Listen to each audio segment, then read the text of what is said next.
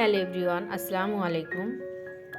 শীতকালীন সময়ে যদি শীতকালীন সবজি দিয়ে খুব সুন্দর করে ভাজি তৈরি করা যায়, খেতে কিন্তু ভীষণ ভালো লাগে। তো শীতকালীন সবজি দিয়ে থাকছে আমার আজকের রেসিপি।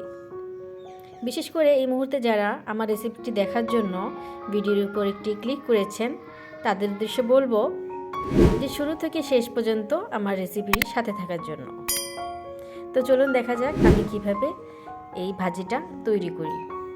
প্রথমে আমি আলু এবং পেঁয়াজ কলি, গাজর এই তিনটা উপকরণ নিয়েছি। আপনারা চাইলে কিন্তু এর সাথে শীতকালীন সময় যে কিন্তু খুব সুন্দর বেশ তাজা সিম পাওয়া যায়, তো সিমও কিন্তু আপনারা অ্যাড করতে পারেন। তো আমার কিন্তু পেঁয়াজ কলি, তারপর হচ্ছে আলু এবং গাজর দিয়ে ভাজিটা তৈরি করব। এর জন্য কিন্তু আমি এক্সট্রা কোনো সবজি আর ইউজ করলাম না। যাই হোক, আমি কিন্তু এগুলো অফ ক্যামেরায় ভালো করে ধুয়ে নিয়েছি। এখন চুলায় একটি প্যান বসিয়ে তেলটা গরম করে এর মধ্যে পেঁয়াজ এবং কাঁচামরিচ দিয়ে দিচ্ছি। আপনারা চাইলে কিন্তু কাঁচামরিচের পরিমাণটা বাড়িয়ে কমিয়ে নিতে পারেন। যেহেতু পেঁয়াজগুলি কিন্তু মিষ্টি লাগে খেতে, সেজন্য কিন্তু আমি পেঁয়াজ আর কি হচ্ছে আপনার মরিচের পরিমাণটা একটু বেশি দিয়েছি। এখন পেঁয়াজ এবং কাঁচামরিচগুলো একটু ভালো করে ভেজে তারপর কিন্তু এখানে আমি লবণ অ্যাড করে নিলাম পরিমাণ মতো। দিয়ে দিচ্ছি খুব অল্প পরিমাণে হলুদের গুঁড়ো। আপনারা চাইলে কিন্তু এটা স্কিপ করতে পারেন, তবে হলুদের গুঁড়ো দেওয়ার কারণে কিন্তু কালারটা কিন্তু একটু খুব সুন্দর হবে। তো আমি কিন্তু মশলাটা একটু হালকা করে ভেজে এখন কিন্তু এর মধ্যে সবজিগুলো দিয়ে দিচ্ছি। তো শীতকালীন সময়ে যদি খুব সুন্দর করে পেঁয়াজকলি কিন্তু বিভিন্নভাবে রান্না করা হয়, পেঁয়াজকলি কিন্তু ভাজি করেও খাওয়া হয় এক্সট্রাভাবে। তো আলু দিয়ে গাজর দিয়ে এভাবে খেয়ে দেখবেন, যেহেতু পেঁয়াজকলি মিষ্টি, তারপর হচ্ছে গাজরও মিষ্টি, তো দুইটার সংমিশ্রণে কিন্তু আলুটা দেওয়াতে খুব ভালো এবং খুব টেস্টি হয়েছিল। যদি আমি ভয়েসটা খাওয়ার পর দিয়েছিলাম, কি বলবো, অসাধারণ ছিল খেতে। আর সবাই তো বলেছিল যে আরেকবার এভাবে ভাজি করার জন্য। তো সেই ক্ষেত্রে আমি বললাম অবশ্যই একবার এভাবে ট্রাই করে দেখবেন। খুবই সফট এবং খুবই ভিন্ন পদ্ধতিতে এই ভাজিটা করে খেলে কিন্তু খুবই ভালো লাগে। আপনারা চাইলে কিন্তু এটা দিয়ে কিন্তু আটার ডো তৈরি করে তারপর কিন্তু সমোচা তৈরি করে কিন্তু খেতে পারেন। এভাবে করে কিন্তু খাওয়া যায়, রুটি কিংবা ভাজি, পরোটা সব কিছুর সাথেই কিন্তু এটা অ্যাড হয়ে যাবে।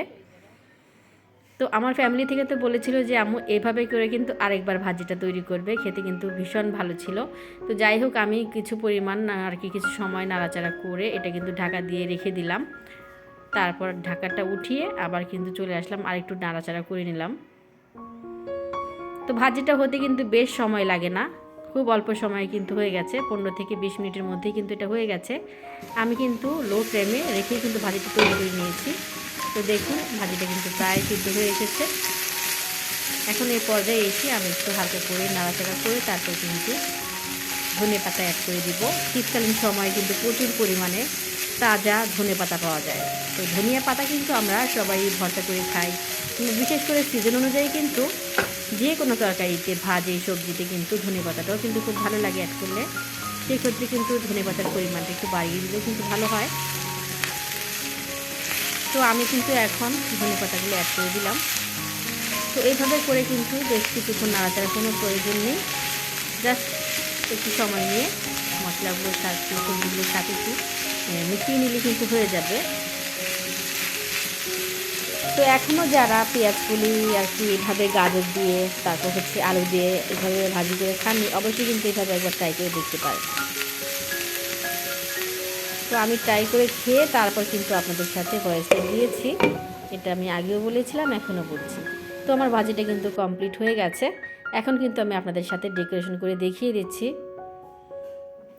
খেতে কিন্তু খুবই মাশাআল্লাহ দুর্দান্ত হয়েছে। অনেক সময় দেখা যায় অনেক ভালো ভালো রান্না থাকার পরও কিন্তু কিছু অপশনাল টিপস ফলো করে কিন্তু আমরা যদি খেলে আমাদের মুখের টেস্ট কিংবা রুচি দুটোই কিন্তু ফিরে আসে। তোমার আজকের রেসিপিটি কেমন লেগেছে অবশ্যই কিন্তু কমেন্টের মাধ্যমে জানাবেন। আর এরকমই নিত্য নতুন রেসিপি পেতে আমার চ্যানেলটি পাশে থাকার অনুরোধ রইল। ফিরে আসবো নতুন কোনো রেসিপি নিয়ে। আসসালামু আলাইকুম, আল্লাহ হাফেজ।